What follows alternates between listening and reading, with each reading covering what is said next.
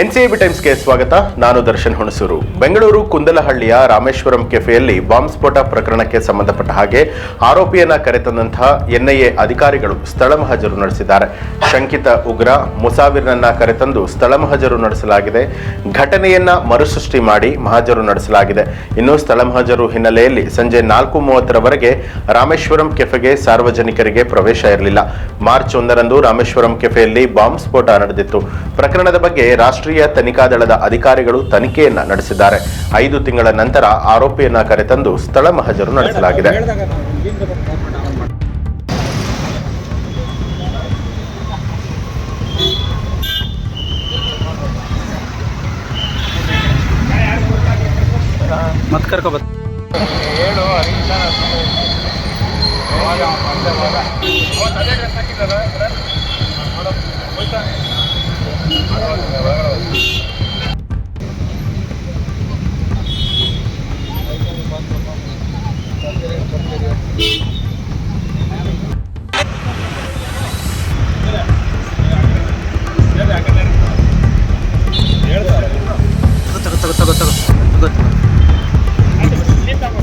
ಬೇಡ ನಾವು ಹೇಳ್ದಾಗ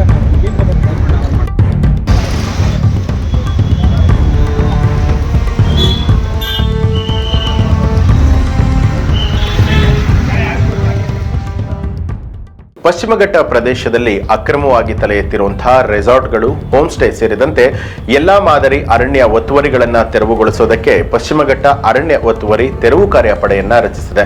ಇಂದಿನಿಂದಲೇ ತೆರವು ಕಾರ್ಯಾಚರಣೆ ಆರಂಭಿಸಲಾಗುತ್ತೆ ಅಂತ ಹೇಳಿ ಅರಣ್ಯ ಸಚಿವರಾದಂತಹ ಈಶ್ವರ್ ಖಂಡ್ರೆ ಅವರು ಘೋಷಣೆ ಮಾಡಿದ್ದಾರೆ. ಮೊದಲು ದೊಡ್ಡ ಪ್ರಮಾಣದಲ್ಲಿ ಅರಣ್ಯ ಒತ್ತುವರಿ ಮಾಡಿ ನಿರ್ಮಿಸಿದಂತಹ ಅಕ್ರಮ ರೆಸಾರ್ಟ್ಗಳು, ಹೋಮ್ ಸ್ಟೇಗಳು, ನಂತರ ತೋಟ, ಕಟ್ಟಡಗಳನ್ನು ತೆರವು ಮಾಡೋದಕ್ಕೆ ಸೂಚನೆ ಕೊಡಲಾಗಿದೆ. ಕಾನೂನಿನ ಮುಂದೆ ಎಲ್ಲರೂ ಕೂಡ ಸಮಾನರು. ಪಶ್ಚಿಮ ಘಟ್ಟ ಒತ್ತುವರಿ ಮಾಡಿ ವಾಣಿಜ್ಯ ಚಟುವಟಿಕೆಗಳನ್ನು ನಡೆಸುವವರಿಗೆ ಅವಕಾಶ ನೀಡೋದಿಲ್ಲ ಅಂತ ಹೇಳಿ ಸಚಿವರು ತಿಳಿಸಿದ್ದಾರೆ. ಇನ್ನು ಪ್ರಧಾನ ಮುಖ್ಯ ಅರಣ್ಯ ಸಂರಕ್ಷಣಾಧಿಕಾರಿ ಮತ್ತು ಅರಣ್ಯ ಕಾರ್ಯಪಡೆ ಮುಖ್ಯಸ್ಥರ ನೇತೃತ್ವದಲ್ಲಿ ಪಶ್ಚಿಮ ಘಟ್ಟ ಅರಣ್ಯ ಒತ್ತುವರಿ ತೆರವು ಕಾರ್ಯವನ್ನ ನಡೆಸಲಾಗ್ತಾ ಇರುವಂತದ್ದು. ಇನ್ನು ಪಶ್ಚಿಮ ಘಟ್ಟ ಅರಣ್ಯದಲ್ಲಿ 2015ರ ನಂತರದ ಒತ್ತುವರಿಗೆ ಸಂಬಂಧಪಟ್ಟ ಹಾಗೆ ಕರ್ನಾಟಕ ಅರಣ್ಯ ಕಾಯ್ದೆ ಸೆಕ್ಷೆ 64A ಇದರ ಅಡಿಯಲ್ಲಿ ಪ್ರಕ್ರಿಯೆ ಪೂರ್ಣಗೊಂಡಿರುವಂತಹ ಎಲ್ಲ ಪ್ರಕರಣಗಳಲ್ಲಿ ಕೂಡಲೇ ತೆರವು ಕಾರ್ಯಾಚರಣೆಗೆ ಸೂಚನೆ ಕೊಡಲಾಗಿದೆ. ಪಶ್ಚಿಮ ಘಟ್ಟ ಪ್ರದೇಶದಲ್ಲಿ ಅವೈಜ್ಞಾನಿಕವಾಗಿ ಗುಡ್ಡಗಳನ್ನು ಕಡಿದು ರಸ್ತೆ ಕಾಮಗಾರಿ ಮಾಡಿ ಗುಡ್ಡ ಕುಸಿತಕ್ಕೆ ಕಾರಣವಾದಂತಹ ಇಂಜಿನಿಯರ್ಗಳು, ಗುತ್ತಿಗೆದಾರರಿಗೆ ನೋಟಿಸ್ ಅನ್ನ ಕೊಟ್ಟು ಕ್ರಮ ಜರುಗಿಸುವುದಕ್ಕೆ ನಿರ್ದೇಶನವನ್ನ ನೀಡಲಾಗಿದೆ.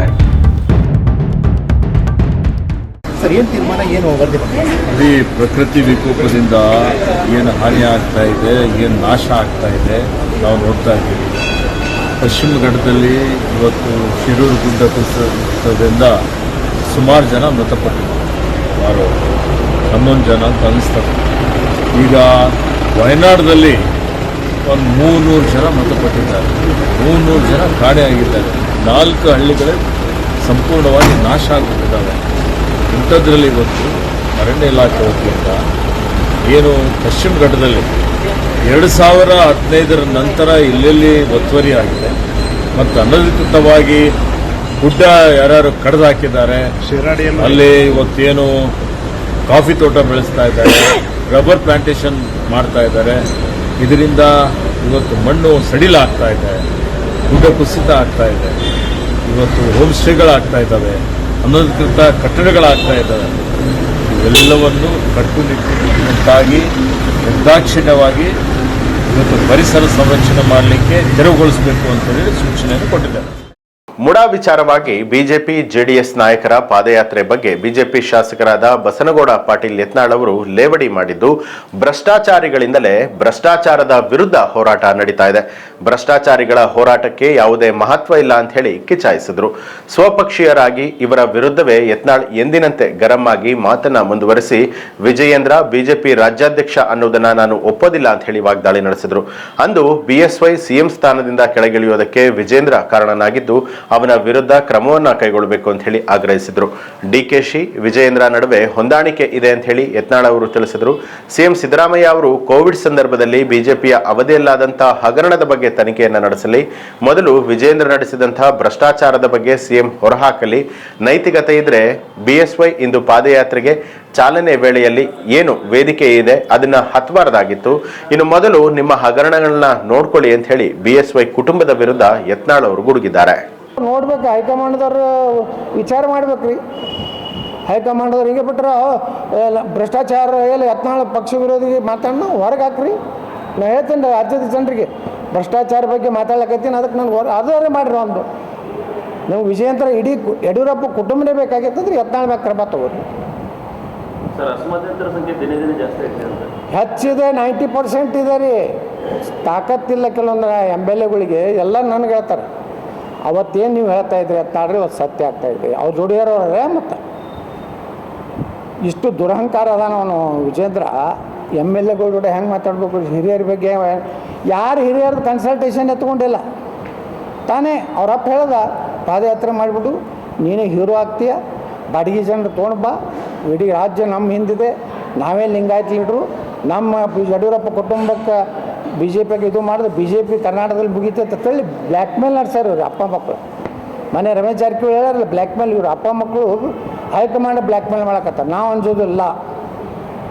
ಹೈಕಮಾಂಡ್ ನಾವು ಕೇಳ್ತೀವಿ, ಇಂಥ ಭ್ರಷ್ಟ ಕುಟುಂಬ ಮುಂದುವರ್ಸೋದಿದೀವೋ ಏನು ನಮ್ಮಂಥ ಪ್ರಾಮಾಣಿಕರು ಉಚ್ಚಾಟನೆ ಮಾಡ್ತಾರೆ. ಎರಡೇ ಆಪ್ಷನ್ ಅದ ಅವ್ರ ಮುಂದೆ. ಪ್ರತಾಪ್ ಸಿಂಹ ಒಬ್ಬರೇ ಅಲ್ರಿ, 66 MLAದಾಗ 55 MLAಗಳು ಹೆಚ್ಚು ಕಡಿಮೆ ವಿರೋಧ ಅದಾರ. ಒಂದು 4-5 ಮಂದಿ ಚೇಲಾಗಳು ಅದಾರ. ಅವ್ರೇನು ಅವರು ಅವನಲ್ಲ, ಅವ ಹಾಸನದವ ಇದ್ದಲ್ಲ, ಅವ ಒಂದೇ 10 ಎಟ್ಟು ಓಟ್ಕಿಂತ ಕಡಿಮೆ ಆದ್ರೆ ಮತ್ತೊಮ್ಮೆ MLA ಬೀಸಾಕಿ ಮತ್ತೊಮ್ಮೆ ಅವ್ನು ಲಗಾಣಿ ಹೊಡೆದೋದು ಹಾಸನದಾಗ. ಏನು ಹೇಳಿದ್ದೆವು ನೆನಪೈತೇನ್ರಿ ನಿಮ್ಗೆ TV ಎಷ್ಟೋ 1000ಕ್ಕಿಂತ ಕಡಿಮೆ ಅಂತರ ಆದ್ರೆ ಒಬ್ಬ MLA ಆಗ್ಬೇಕಾದ್ರೆ 1 ಓಟ್ ಇದ್ರೂ MLAನೇ, 1 ಲಕ್ಷ ಅಂತರಲ್ಲಿ ಆರ್ಸ್ ಬಂದ್ರೂ MLA. ಅವ ಏನು ಹೇಳ್ದ ಆ ಪುಣ್ಯಾತ್ಮ, 1 ಲಕ್ಷ ಪೆನ್ ಡ್ರೈವ್ ಆನ್ಲೈನ್ದಾಗ ತರಿಸಿ ಆ ಕುಟುಂಬದ ಎಲ್ಲ ಮನೆ ಪೇಪರ್ದಾಗ ಹಾಕಿ ಕಳ್ಸ್ಯಾರ. ಇದು ವಿಜೇಂದ್ರ ಶಿಶು. ಒಂದು 50% CD ಕಂಪ್ನಿಯವರು ಅದಾರ ಪದಾಧಿಕಾರಿಗಳು, ಪ್ರಧಾನ ಕಾರ್ಯದರ್ಶಿಗಳು, ಉಪಾಧ್ಯಕ್ಷರು. ಒಳ್ಳೆ ದೂರೆಲ್ಲ ನಾಟಕ ರೀ ಅವು. ಕುಮಾರಸ್ವಾಮಿ ಅವರು ದೂರಿಟ್ಟಾರ. ಕುಮಾರಸ್ವಾಮಿ ಅವ್ರು ಎಲ್ಲ ಮಾನ ಮರ್ಯಾದೆನೇ ಕೇಳ್ದಾರಲ್ಲ ಕುಮಾರಸ್ವಾಮಿ ಅವ್ರದ್ದು. ವಿಜೇಂದ್ರನೇ ಕಾರಣ. ವಿಜೇಂದ್ರ ಡೈರೆಕ್ಷನ್ ಮ್ಯಾಗನೇ ಪೆನ್ ಡ್ರೈವ್ ಹಂಚಿದ್ದು. ಆ ವಿಜೇಂದ್ರ ತಾಕತ್ತಿದ್ರು ಉತ್ತರ ಕೊಡತ್ತೆ ಹೇಳ್ರಿ ನನಗೆ. ಈ 8 ಮಂದಿ ಪೆನ್ ಡ್ರೈವ್ ಹಂಚೋದಿಯಪ್ಪ ನೀನು, ಇನ್ನೂ ಯಾರ್ಯಾರ್ದು ಇಟ್ಕೊಂಡು ಪೆನ್ ಡ್ರೈವ್ ಬಿಡು ಎಲ್ಲ. ಇನ್ನು BJP MLAಗಳನ್ನ 8 ಮಂದಿ ಬ್ಲ್ಯಾಕ್ ಮೇಲ್ ಮಾಡ್ಬೇಕತ್ತೀಯ ನೀನು. ನನಗೆಲ್ಲ ಗುರ್ತದೆ ವಿಜೇಂದ್ರ ಇವೊಂದು ನನಗೇನು ಕ್ರಮ ತೊಗೊಂಡ್ರೆ ನಾವೇನು ಅನ್ಸೋದಿಲ್ಲ. ನಾವು ಗಟ್ಟಿಯಾಗಿ ನಾವು ಪ್ರಾಮಾಣಿಕ ಸಲುವಾಗಿ ರಾಜ್ಯದ ಜನರು ಲೂಟಿ ಮಾಡಿದ್ವಿ. ಒಂದು ಇಂಜೆಕ್ಷನ್ ಇದ್ರಾಗ ಕರೋನಾದಾಗ 850 ರೂಪಾಯಿ ಇದ್ದಿದ್ದು ಆ ಟೆಂಡರ್ ಕ್ಯಾನ್ಸಲ್ ಮಾಡಿ 24 ತಾಸನಾಗ ಮತ್ತೊಬ್ರಿಗೆ ಕೊಡ್ತಾರೆ 1800ಕ್ಕೆ. ಮಾಸ್ಕು 45 ರೂಪಾಯಿ ಮಾಸ್ಕು, 500 ರೂಪಾಯಿ 10,000 ಬೆಡ್ಡಿಂದ ಇದು ಮಾಡಿದ್ರು. ಇದು ರೋಡಿಗೆ ಒಂದು ಪೇಷಂಟೂ ಮಕ್ಕೋಲಿಲ್ಲ ಅಲ್ಲಿ ಕರೋನಾದ. ಎಲ್ರಿ ನಮ್ಮ ತುಮಕೂರು ಅವ್ರದ್ದು 10,000 ಬೆಡ್ಡಿಂದು. ಆ ಬೆಡ್ಡು ಕ್ವಾಟು ಅದ್ರದ್ದು ಎಲ್ಲ ಖರೀದಿ ಮಾಡಿದ್ರೆ 2 ಬರ್ತಿದ್ದು, ಆದ್ರೆ ಬಾಡಿಗೆ ಕೊಟ್ಟರು ಅದನ್ನು. ಇದು ನೋಡ್ರಿ ನೀವು, ಇದೇ HK ಪಾಟೀಲ್ರಿಗೆ ಹೇಳ್ತಾರಲ್ಲ, ಏನು ನಮ್ಗೆ ಗೊತ್ತಿಲ್ಲ. ಇದೇ HK ಪಾಟೀಲ್ರು ಏನೇನು ಮಾತಾಡ್ಯಾರ ಸದನ ಸಮಿತಿ ಒಳಗೆ. ಇದೇ ರಾಮಲಿಂಗಾರೆಡ್ಡಿ ಚೇರ್ಮನ್ ಇದ್ದಾಗ ಏನೇನು ಆಬ್ಜೆಕ್ಷನ್ ಮಾಡ್ಯಾರ. ಅವರೇ ತನಿಖೆ ಮಾಡ್ಲಿಕ್ಕೆ ತಯಾರದಾರೇನು? ಅದಕ್ಕೆ ಇಂಥ ಭ್ರಷ್ಟನ ನಾವು ನಮ್ಮ ಅಧ್ಯಕ್ಷತೆ ಒಪ್ಕೊಳ್ಳೋಕೆ ತಯಾರಿಲ್ಲ. ಕೊರೋನಾ ವಿಚಾರದಲ್ಲಿ ಕಾಂಗ್ರೆಸ್ ಅವ್ರ ಜೊತೆ ಕೈ ಸೇರಿಸಿದ್ರು. ಯಾರು? ಹೌದ್ರಿ, ಕೈ ಸೇರಿಸಿದ್ರಿದ್ದೆ ಅವರು ಅದನ್ನು ತನಿಖೆ ಮಾಡಲಾಗ್ಯಾರ. ಇದೇ 2 ದಿವಸ ಮಾತಾಡಾರಲ್ಲ ಸಿದ್ದರಾಮಯ್ಯನವರು ವಿಧಾನಸಭೆ ಒಳಗೆ. 2 ದಿವಸ ಸದನದಾಗ ಮಾತಾಡ್ಯಾರ ಕರೋನಾದಾಗ ಯಾವ ರೀತಿಯ ಭ್ರಷ್ಟಾಚಾರ ಆಗಿತ್ತು. ಈಗ ಅವರೇ ಮುಖ್ಯಮಂತ್ರಿಯಾಗಿ 14 ತಿಂಗಳಾಯಿತು. ಈ ಇಷ್ಟು ದಿವಸ ಕತ್ತಿಕಾಯ್ತು. ಈಗ ನೀವು ಎನ್ಕ್ವೈರಿಗೆ ಹಾಕ್ತೀನಿ ಅಂತೀರಿ. ಬೋವಿ ನಿಗಮದ್ದು, ತಾಂಡಾ ಅಭಿವೃದ್ಧಿ ನಿಗಮ, ಯಾವುದೋ ದೇವರಾಜರ್ಸ್ ಟ್ರಕ್ ಟರ್ಮಿನಲ್ದು. ಈಗ ಈಗ ಹಾಕ್ರಪ್ಪ 14 ತಿಂಗಳದಾಗ ಯಾಕೆ ಹಿಂದೆ ಹಾಕಲಿಲ್ಲ ಅಂದ್ರೆ ಈಗ ನಿಮಗೆ ಬತ್ತು ಈಗ ಜಿಗಿದು ಮಾತಾಡ್ತಾನೆ ಡಿ ಕೆ ಶಿವಕುಮಾರು. ಇದೇ ಮೊದಲು ಹಾಕ್ಬೇಕಾದ್ರೆ ಇದೇ ವಿಜೇಂದ್ರನ ಬಗ್ಗೆನೇ ಏನೇನು ಮಾಡಿ ನಂದು ಗೊತ್ತಿದೆ ಅಂತ ಹೇಳ್ಯಾರ. ಬಹಿರಂಗ ಕೊಡಿಸ್ರಿ.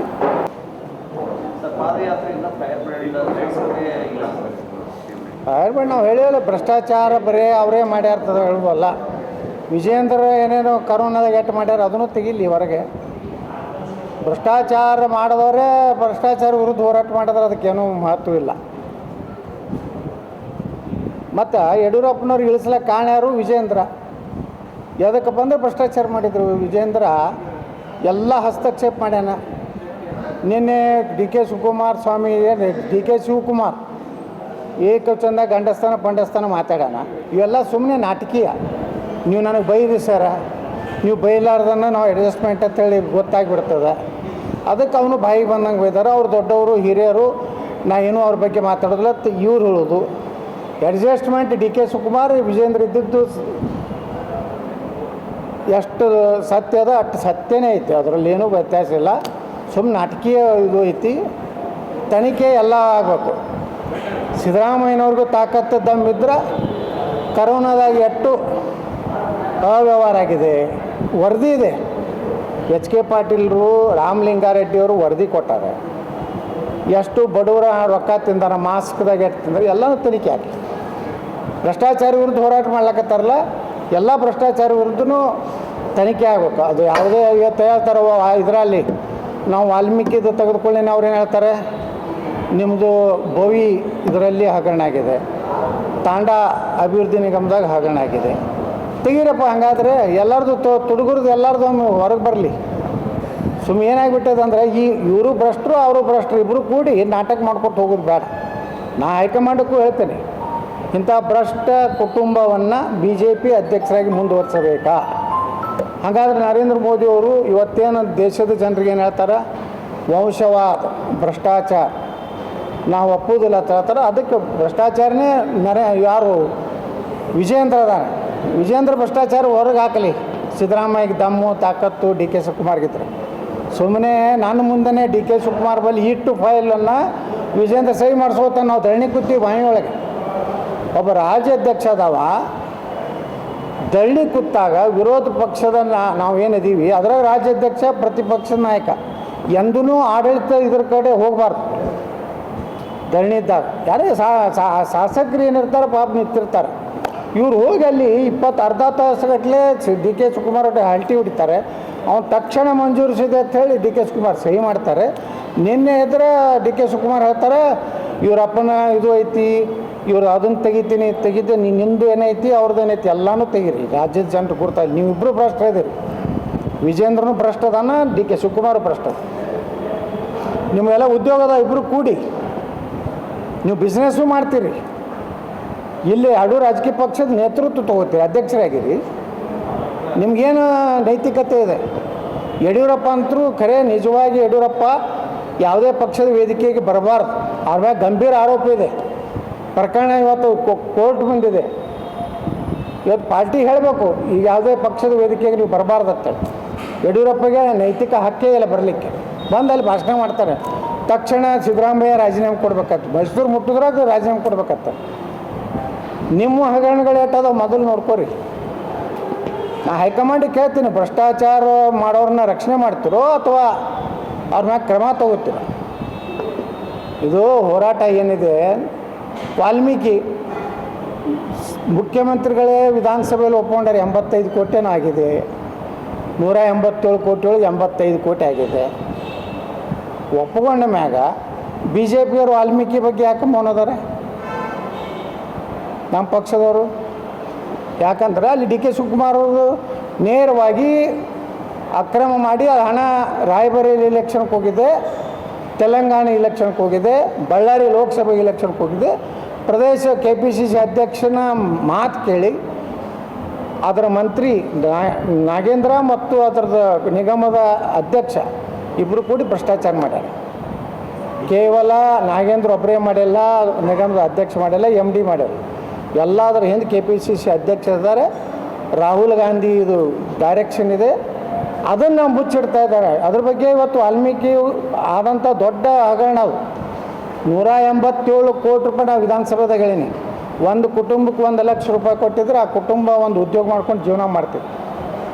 18,000 ಕುಟುಂಬಗಳಿಗೆ 1 ಲಕ್ಷ ರೂಪಾಯಿ ಹೋಗ್ತಿತ್ತು. 187 ಕೋಟಿ ಅದನ್ನು ಬಿಡ್ತಾರೆ. ಇದು ಮೈಸೂರು ಹಗರಣ ಅಂತಾರೆ. ಮೈಸೂರು ಹಗರಣದಾಗ ಯಡಿಯೂರಪ್ಪ ಅವ್ರ ತಂಗಿ ಮಕ್ಕಳಿಗೆ ಎಷ್ಟು ಸೈಟ್ ಅಲಾಟ್ಮೆಂಟ್ ಆಗ್ಯಾವ. ಇವರು ಒಬ್ಬ ಶಿಷ್ಯ ಇದ್ದ ರಾಜೀವ್ ಅಂತೇಳಿ, ಅವ ಯಾಕೆ ಕಾಂಗ್ರೆಸ್ಸಿಗೆ ಹೋದ ಲೋಕಸಭೆ ಎಲೆಕ್ಷನ್ದಲ್ಲಿ. ಇವಕ್ಕೆಲ್ಲ ಉತ್ತರ ಹೇಳಿ ಇವರು ಪಾದಯಾತ್ರೆ ನೇತೃತ್ವ ತಗೊಳ್ಳಿ. ಇದು ಈ ಹೊತ್ತಿನ ಪ್ರಮುಖ ಸುದ್ದಿ. ಮತ್ತಷ್ಟು ವಿಶೇಷ ಸುದ್ದಿಗಳಿಗಾಗಿ ನೋಡ್ತಾ ಇರಿ NCIB ಟೈಮ್ಸ್, ಅಪರಾಧ ಮುಕ್ತ ರಾಷ್ಟ್ರಕ್ಕಾಗಿ.